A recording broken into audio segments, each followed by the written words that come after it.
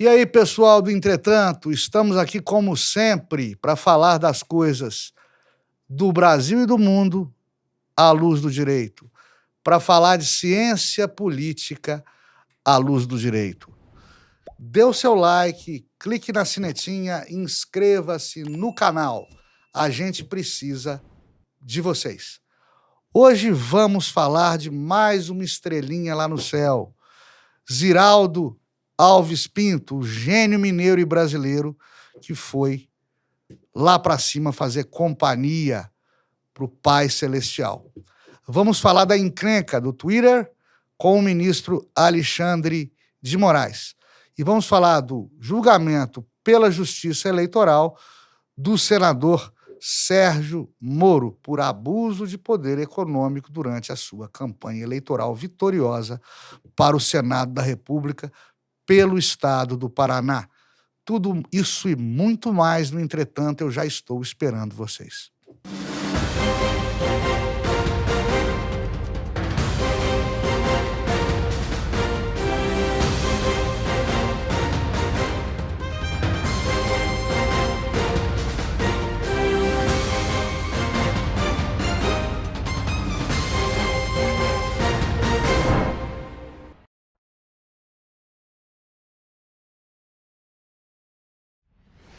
Pessoal, não podemos nem falar que perdemos, o céu que ganhou. Ziraldo Alves Pinto, genial brasileiro, genial mineiro, escritor, desenhista fantástico, amante das letras, das artes, dos livros. O traço de Ziraldo era conhecido e famoso no mundo todo, no mundo todo. Durante o período em que ele passou nos Estados Unidos e na Europa, foi contratado por grandes veículos de comunicação e todo mundo que o conhecia apenas ao seu trabalho, sempre o admirou. Ziraldo também foi um precursor do semanário Pasquim, no auge do regime militar, ao lado de outras feras, como Enfio, Milor Fernandes, Jaguar. Ele pariu conteúdo político de maneira bem humorada em plenos anos da censura aos veículos de comunicação, coisa que a gente não vê há muito tempo, né? Ziraldo, você é mais uma estrelinha hoje brilhando por nós lá no céu, como você sempre brilhou em vida aqui na Terra. Temos muito orgulho de você. Fica com Deus, meu querido. O ministro Alexandre de Moraes determinou a suspensão de conteúdos de diversas redes sociais de plataformas Big Techs. Ou suspendeu ou determinou uma espécie de triagem interna para impedir a divulgação de alguns conteúdos. Dentre estas plataformas, o Twitter, que mudou de nome pouco depois disso. E o Elon Musk, seu atual proprietário, meteu a boca no trombone para acusar, Elon Musk falou, para acusar a decisão de Moraes de absurda e própria de ditaduras. Ele também ameaçou fechar as portas da empresa no Brasil. Foi o Musk que falou, não eu. Impressiona bastante o fundamento de uma dessas decisões.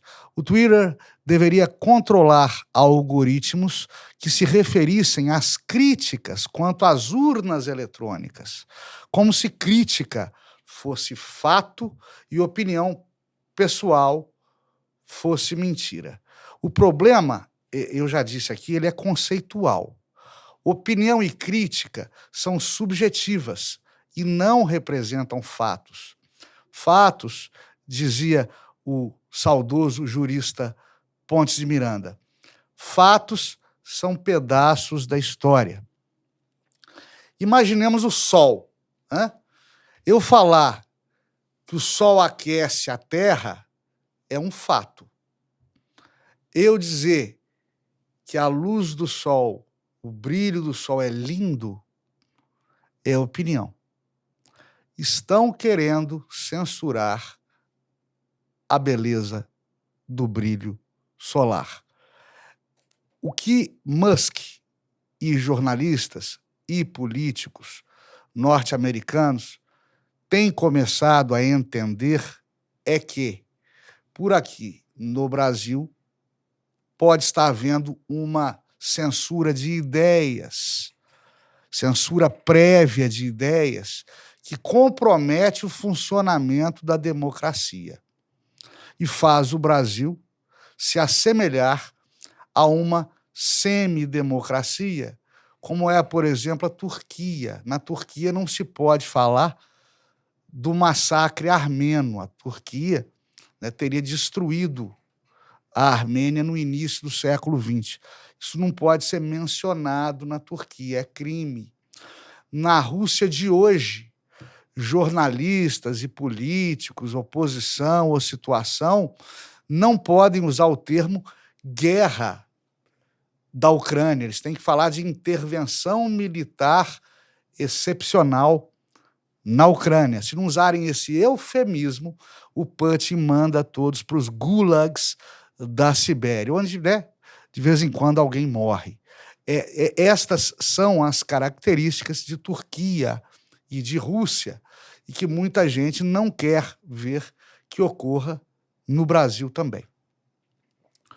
Por aqui, por exemplo, o pessoal que pediu intervenção militar após a eleição do Lula está sendo processado. Alguns presos, novamente, opinião crítica, crime de pensamento. Por isso, jornalistas e políticos, como eu falei, americanos, começam a ver o Brasil como essa semidemocracia, como Rússia, como Hungria e algumas republiquetas centro-americanas. Tanto o Código Civil, quanto o Marco Regulador Civil da Internet, quanto o Código de Defesa do Consumidor regulam eventuais exageros publicados e postados em sites e redes sociais.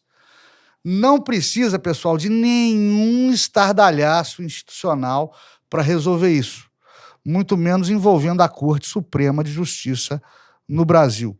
Desde 2002, pelo menos com o atual Código Civil, e antes dele, com a Lei de Imprensa, nós também temos o Código de Defesa do Consumidor, o Código Penal, o Marco Regulador da Internet, que é a lei federal. Todos esses diplomas cuidam de conter abusos no direito de expressão, tanto civil, com indenização, quanto criminalmente, punindo com penas de reclusão, detenção e penas restritivas de direito à luz da nossa legislação criminal. Ou seja, não precisamos inventar firulas jurisprudenciais, inventar situações de exceções para impedir abusos ao direito de livre manifestação do pensamento, inclusive pelas mídias, inclusive pelas redes sociais e pelos sites de internet. Isso não é necessário. O raciocínio diante disso é rasteiro. Se a gente tem lei para punir os abusos, não podemos e nem precisamos censurar os usos. A pessoa que se comunica pelas redes tem nome, CPF, endereço, título de eleitor e conta bancária. Que seja punida, meu Deus do céu, se cometer abuso, é claro, após o devido processo. Legal. A censura prévia, pessoal, é um banimento social do indivíduo num mundo globalizado em que vivemos.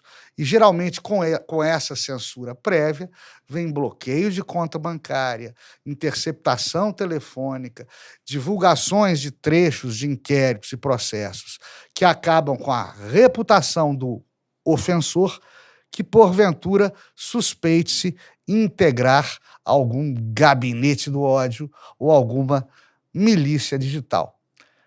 Censura prévia equivale à condenação prévia, sem devido processo legal, sem respeito à amplitude do direito de defesa, sem contraditório válido, que é no direito, como dizemos, da paridade de armas entre acusação e defesa. É por isso, em outros termos, que o Elon Musk critica o Poder Judiciário brasileiro e hoje seu expoente mais midiático, o ministro Alexandre de Moraes. Ocorre que o Musk, para entender o funcionamento da justiça brasileira, ele deveria ler um livro antigo do jurista Vicente Hall, O Direito e a Vida dos Direitos. Nele, o Hall, o velho advogado, vaticinava que, no nosso país, a lei é o que o juiz diz que ela é e que o juiz faz do redondo quadrado, caso assim entenda. Chama-se hermenêutica, nome difícil para um poder quase divino, poder do juiz, e que, para muitos, encontra limitadores claros na Constituição Federal.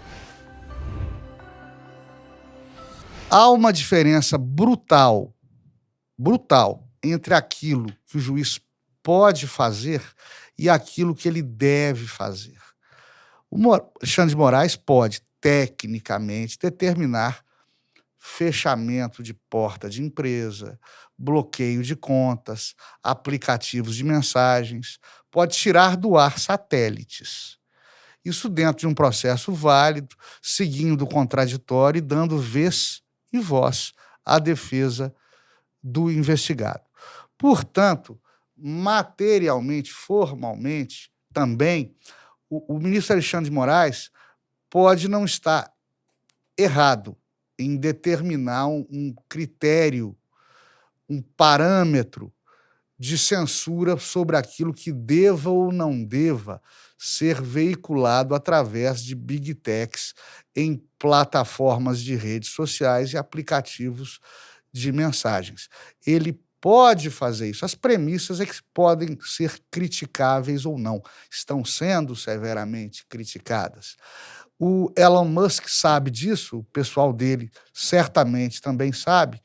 Para uma empresa estrangeira, seja uma big tech, seja uma pequena revendedora de produtos importados da China, enfim, uma empresa de capital estrangeiro, para entrar no Brasil, para funcionar dentro do Brasil, ela tem que montar uma filial em território brasileiro com participação nacional no capital societário e, via de consequência, seguir a legislação brasileira, que permite à justiça, que permite aos juízes, dentro de processos, uma série de medidas coercitivas, medidas que restringem a liberdade de atuação dessas empresas no Brasil.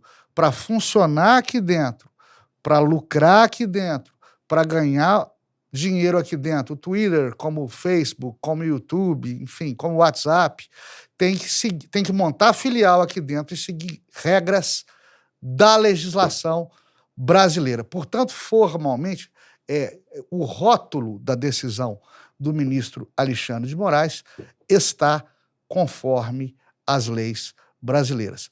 O problema, o que vem sendo criticado é o conteúdo, são as premissas dessa decisão. Ou seja, o juiz pode fazer o redondo quadrado, o juiz pode mandar fechar a porta de empresa. Agora, por que faz isso? É isso que está sendo criticado. Como eu disse, Elon Musk e outros, certamente muito bem assessorados juridicamente, sabem disso. Sabem que o ministro Alexandre de Moraes pode mandar e desmandar, sendo ele o magistrado presidente do inquérito ou relator do processo das denominadas milícias digitais. A bronca deles é com os fundamentos dessa ordem e sua forma. As plataformas digitais já possuem reguladores internos que muita gente não gosta e consideram censura privada. Ou seja, dependendo daquilo que você postar, vai ser suspenso, sua conta vai ser suspensa. E essa tesoura, essa triagem, às vezes leva em conta critérios políticos que, por si sós, embrulham ao estômago de muitos liberais. Ir além disso, para também admitir uma censura estatal, vai de encontro ao American Way of Life, um dogma lá no país mais libertário do mundo, onde tudo se pode, Estados Unidos, onde tudo se pode, e o que não pode dá cadeia. Mas as regras são claras lá. Por aqui, nem sempre. Pessoal, fundamental para um juiz é manter a serenidade publicamente e ao julgar, e não espargir raiva, agir com sangue nos olhos, decidir com o fígado, demonstrar uma intensidade de ações, de gestos e de razões que não convém ao cargo, muito menos no exercício da função pública. O juiz é primus inter pares, ele é o primeiro entre iguais. Ele deve ser exemplo social, exemplo profissional. Não estou dizendo que tem que ser santo, não, mas ele tem que demonstrar calma, ele tem que transmitir calma, ele não pode ser foco de conflito. Toda vez que o juiz vira foco de conflito, ele perde em credibilidade, e com ele o poder judiciário. Deve manter a calma, e se não puder manter a calma, se tornar interessado no conflito, se estiver propício a se envolver emocionalmente no conflito, deve se declarar impedido ou suspeito e entregar a causa e o caso para um colega com menos animosidade acerca daquilo que está discutindo, acerca daquilo que se vai decidir.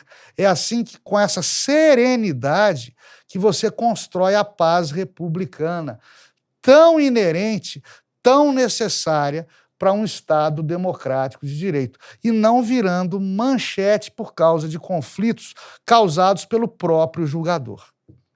Ainda não entendo como, em um país democrático, como é o nosso, tem pensadores, tem jornalistas, tem escritores que foram obrigados, na prática, a migrar para outros países. Por quê? Cabresto econômico, garrote econômico. Enforcaram economicamente essas pessoas, cancelaram redes sociais, bloquearam perfis, cancelaram patrocínios diretos e indiretos. Na prática, fizeram com que contratos de trabalho, empregos fossem rescindidos. Vou citar aqui o caso do Rodrigo Constantino, jornalista sério. Teve que ir embora para os Estados Unidos porque a opinião dele não agradou a muitos. É complicado. E é isso que os americanos também não conseguem engolir.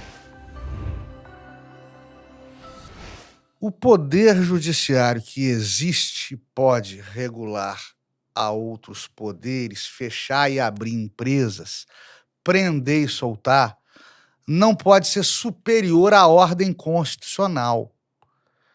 E é isso que Musk e outros estão criticando lá fora. Aqui dentro também tem muita crítica. Quando um poder ofusca o outro e se blinda a ponto de não suportar ser criticado, que o diga o caso Mauro Cid, aí é que a crítica vem mesmo. Toda pessoa ou instituição que vive e convive pela força é desafiado pela força. A lição é antiquíssima. Também empresas não podem ser tão grandes que se agigantem a estados. Nesse ponto, eu entendo o ministro Alexandre de Moraes. A ideia, aliás, é do Louis Brandeis, dos mais famosos magistrados que os Estados Unidos já possuíram. Brandeis foi de senadora e político, jurista, que era a juiz da Suprema Corte dos Estados Unidos. Ainda enquanto congressista, o Louis Brandeis defendia que, em uma economia política em que o capital circulante deve ajudar a forjar o cidadão para um autogoverno ético, não se podiam admitir empresas tão ricas, tão grandes, tão poderosas, que superassem em poder a própria República. Nesse ponto, certíssimo o ministro Alexandre de Moraes. Se a empresa tem filiais aqui, nesse ponto, a empresa tem que seguir a legislação brasileira, as ordens judiciais provenientes do Brasil. O problema é o fundamento dessas ordens, é o que está sendo criticado. Aliás, falei do Louis Brandeis aqui, nos Estados Unidos e em diversos países da Europa Ocidental, é muito comum essa migração da política partidária para a Suprema Corte, as Supremas Cortes de Justiça dos países, principalmente nos Estados Unidos. E por lá funciona. Por que funciona em diversos países? Porque nesses países, o Poder Judiciário, o juiz, a magistratura, não é uma carreira de Estado. O juiz, em diversos países, né, em diversos Estados Unidos, diversos países da Europa, é um jurista já profissional, já de renome, já maduro, que é nomeado ou é eleito para compor um tribunal. Ou é eleito ou é nomeado para funcionar em uma determinada comarca, em um determinado distrito judicial, um determinado county, condado. Por isso não é carreira de Estado, não tem progressão horizontal, progressão vertical. Em muitos casos, o salário dos juízes nesses países é, inclusive, simbólico. E vamos dizer, né, com toda tranquilidade, que a política, sobretudo a política partidária, nesses países, não é tão polarizada quanto é no país. Por isso que lá fora funciona. Né? Nós temos na Suprema Corte norte-americana inúmeros casos de inúmeros juristas que vieram da política para o judiciário. Louis Brandeis, Felix Frankenfurter, Hugo Black, dentre outros. Por lá funciona. A política não é tão polarizada quanto aqui. Não há uma polarização ideológica sensível nas carreiras políticas de origem dos futuros magistrados, tampouco. Lá nos Estados Unidos isso é nítido.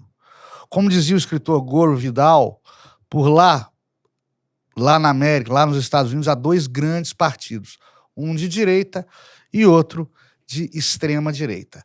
E na Europa Ocidental, isso eu vi bem, o político é pragmático, sobretudo na Inglaterra. Ele se vale dos seus resultados, desimportando suas simpatias ideológicas. Em um país como o nosso, porém, de enormes abismos ideológicos, sociais, culturais, de intensa polarização política, a coisa não funciona assim. Um país que talvez esteja iniciando uma perseguição a adversários de pensamento, o buraco é mais embaixo. Em um país em que cúmulo dos cúmulos. Quando você entra numa empresa, um estagiário, um contínuo, um office boy, que entra na empresa, em uma empresa privada, tem que declarar intenção de voto, que torcidas organizadas de futebol apoiam a este ou aquele candidato em eleições pautadas por uma enorme agressividade que contamina até mesmo o Congresso Nacional. Congresso Nacional em que parlamentares trocam tapas e farpas, em que ministérios são compostos ideologicamente e o político se autorrotula de esquerda ou de direita para que seja votado. Em um país com essas disparidades institucionais e sociais, pessoal, sinto muito, a migração da política para o judiciário não funciona bem. No momento que a gente está conversando aqui, estão julgando a elegibilidade de Sérgio Moro. Podem cassar ou não cassar o mandato dele. Ele que foi eleito senador pelo Paraná e que é acusado de abuso de poder econômico. Não me assinaram nenhuma procuração para defender Sérgio Moro. E acho que ele se desconstruiu como jurista e juiz quando migrou para a vida política, sobretudo da maneira como o fez. E eu já falei isso aqui para vocês. No entanto, pessoal, o que se deve defender aqui e em qualquer tribuna democrática do Brasil é o mandato do Moro, porque espelha a vontade popular. E isso sim é sagrado. Como juiz eleitoral, que vez ou outra sou, sempre nutri sérias restrições à alteração da vontade do povo expressa no voto pela caneta do juiz. É o povo que manda em uma república constitucional, pombas. O poder judiciário e nossa legislação eleitoral, ao imporem regras meticulosas sobre a atuação de políticos no poder e durante a campanha eleitoral, acabam por escolher, em lugar do povo, quem é que merece ou não ser votado e eleito. Sem contar, pessoal, que se legislação, se poder judiciário eleitoral continuar com essas exigências meticulosas, essas caças às bruxas, né? Procurando pelo em ovo, se continuarem perseguindo detalhes da vida pública e privada de políticos, na campanha ou fora dela, no exercício da função pública ou fora dela. Ou seja, em português rasteiro, se continuarem enchendo o saco de político por conta de picuinha, daqui a pouco não vai ter mais gente boa querendo entrar na política partidária. Quando entrar nessa política partidária, pode significar perda significativa de patrimônio, de apreço, né, de prestígio de familiares, amigos, colegas de trabalho, perda de liberdade, porque assinou um recibo de 600, mas era 599. Um cabo eleitoral mais afoito fez besteira. Um contador dormiu no ponto e não prestou contas eleitorais. Se isso tudo tem o condão de gerar inelegibilidade, processo criminal, improbidade administrativa, daqui a pouco não vai ter mais gente boa querendo mexer com política. O político, ele é um representante do povo no poder. Ele vem do povo. Ele vem do eleitor e de sua vontade. Ele expressa, inclusive, aos defeitos do povo. Nós não podemos nem santificar e nem demonizar o político. E temos que tratá-lo como um ser humano comum que é suscetível de falhas. Essas falhas não podem ser tratadas com luvas de pelica, porque ele não é melhor do que ninguém, mas não podem ser tratados a ferro e fogo também, porque você faz terra arrasada da política brasileira e inviabiliza o funcionamento dos poderes da República. Tanto é que a política partidária no Brasil hoje é um passaporte para a intranquilidade, para o psiquiatra, para as páginas policiais dos portais de notícias. Também, desculpem falar, é ridícula a regulação como é de despesas de campanha e tempo e época de propaganda eleitoral. Despesas não contabilizadas devem ser declaradas oportunamente e, se não o são, que se transformem em dívidas de valor e cobradas normalmente como se cobra um cheque sem fundos, afinal, tem interesse fiscal nisso. E quanto a tempo de campanha, a campanha prematura, campanha extemporânea, o abuso de poder econômico em campanha, tem gente como Lula, Bolsonaro e o próprio Moro, que estão em campanha eleitoral o tempo todo, o ano inteiro, 24 horas por dia, 7 dias por semana. Apareceu na mídia, todo mergulho para eles é um flash. Não dá para punir isso. Convenhamos. Falei aqui do Gore Vidal, escritor americano. Tem uma frase dele genial, fantástica. A luz se foi e agora nada mais resta a não ser esperar por um novo sol, um novo dia, nascido do mistério do tempo e do amor do homem pela luz. Até a próxima. Fiquem todos com Deus. Dê o seu like, se inscreva no canal, manifeste a sua opinião. Ela é muito importante para nós.